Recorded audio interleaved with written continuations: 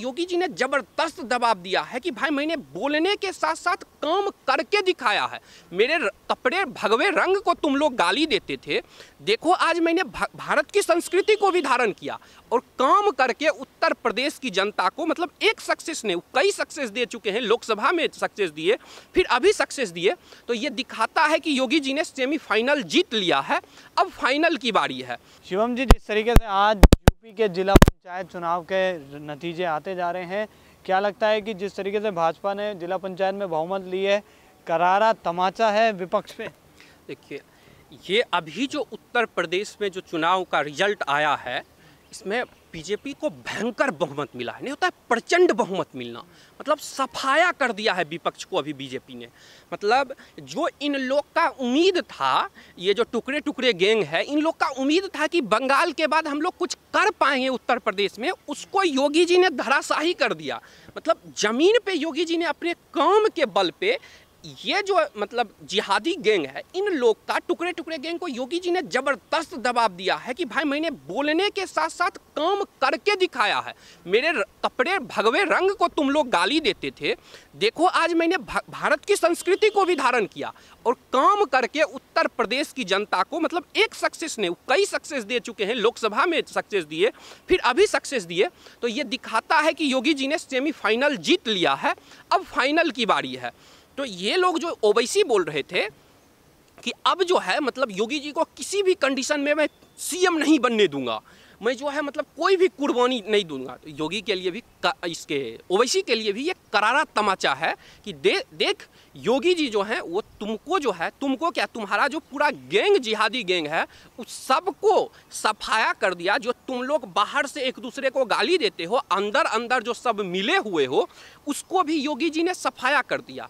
तो ये रिजल्ट जो है हम लोग को छोटा सा लगता है कि जीत गया, नहीं भाई, इस जीतने के पीछे उस व्यक्ति का, जिस व्यक्ति को ना मोह है, ना काम है, ना क्रोध है, उस व्यक्ति का विजन है। उस व्यक्ति ने जमीन पे जो काम किया, जो मतलब राशन था, वो राशन एक लोग को लग सकता है कि बड़े बड़े लोग को कि भाई राशन क्या चीज़ है, लेकिन वो व्यक्ति जो है, जो अखिलेश यादव का वर्कर राशन ले लेता था, जो वर्कर के बीच में जो समाजवादी पार्टी का वर्कर था, वो जो राशन ले लेता था, उस राशन को योगी जी ने गांव गांव पहुंचाया। जैसे ये दिल्ली में जो ये नौटंकी करता है केजरीवाल कि हम राशन ये कर देंगे वो कर देंगे, ये ट्रांसपेरेंसी नहीं रहा है। जैसे one nation one ration card का जो योजना है, जो बिहार के भाई, उत्तर प्रदेश के भाई, जिसको कोरोना के टाइम में केजरीवाल ने भगा दिया, अभी संजय सिंह उत्तर प्रदेश चुनाव लड़ने जा रहा है, अखिलेश यादव से मिल रहा है, तो उत्तर प्रदेश की जनता को ये सवाल संजय सिंह और ये केजरीवाल से पूछना चाहिए कि तुम वही आदमी है जब कोरोना के टाइम में हमको यूपी से निकाल दिया,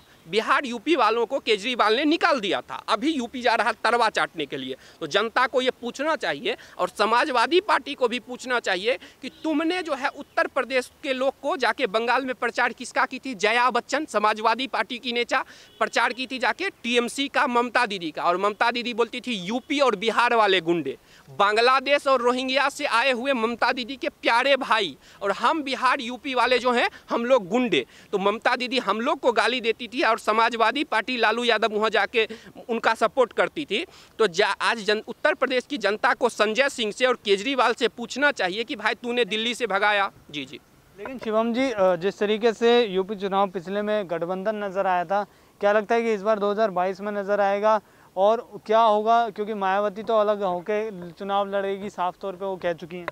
देखिए, ये लोग जो है ना कर्नाटक में हाथ जोड़ के खड़ा हुए थे, सब लोग कर्नाटक जाके, ठीक है, बीजेपी को हराने के लिए। प्रधानमंत्री ने बोला था कि ये लोग हाथ जो एक दूसरे के साथ हैं, ये लोग एक साथ पैर खींच लेंगे। अभी ये लोग का भ्रष्टाचार पकड़ा रहा है तो हाथ जोड़ लेंगे, लेकिन ये लोग एक दूसरे के पैर खींच लेंगे।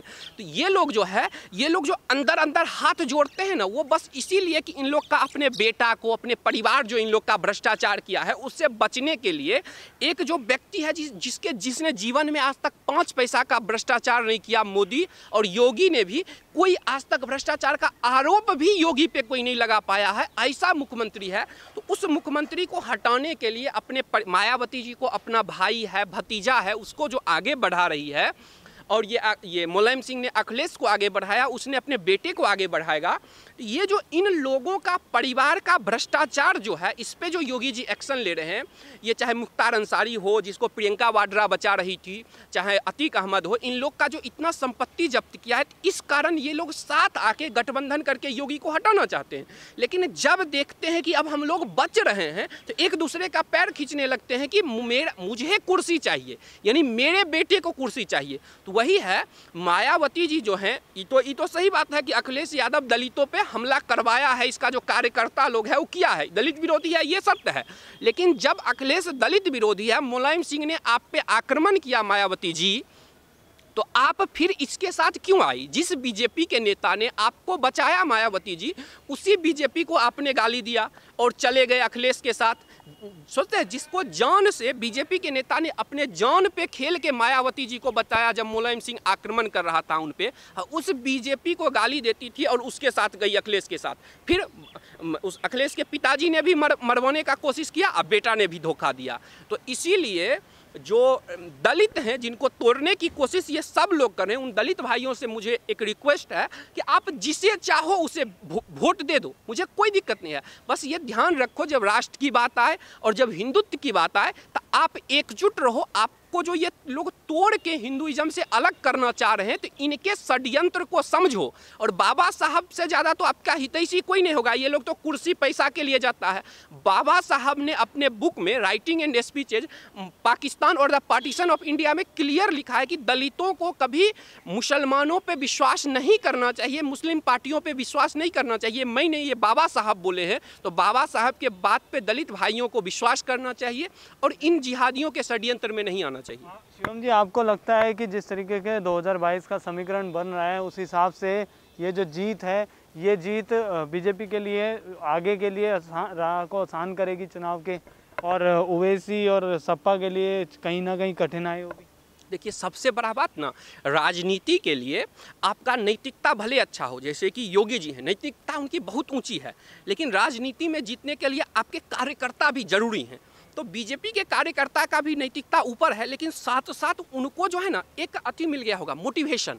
उनको एक मोटिवेशन मिल गया कि भाई अब हम लोग जीत सकते हैं, अब हम लोग इतना सीट ला सकते हैं जो 300 का वादा है। तो ये कार्यकर्ताओं के लिए एक बूस्टर डोज साबित होगा कि वो लोग और मेहनत करेंगे, उनको मोटिवेशन मिलेगा। तो इसीलिए समाजवादी पार्टी का राह मुश्किल था, अब जो है बहुत ज़्यादा मुश्किल हो गया है, क्योंकि उनके कार्यकर्ता का भी मनोबल डाउन होगा। उनसे तो इसे जुड़ते ही हैं इसीलिए कि भाई मुझे पद चाहिए, पैसा चाहिए, इसलिए उनसे कुछ कार्यकर्ता जुड़ते हैं। लेकिन बीजेपी से वही लोग जुड़ते हैं जिनको अपने राष्ट्र के लिए, वो थोड़े बीजेपी से जुड़ते हैं, कोई पार्टी के लिए काम नहीं करते हैं। उनका मकसद होता है कि भाई हमारी हिंदू संस्कृति को प्रमोट करें, हमारे देश को प्रमोट करें। उनको ये नहीं लालच होता है कि हमको पद मिलेगा, पैसा मिलेगा। तो इसीलिए ये उनके लिए बीजेपी के कार्यकर्ता को और मोटिवेशन देगा, और ये समाजवादी और कांग्रेस के जो स्वार्थी नेता हैं उनको डिमोटिवेट करेगा।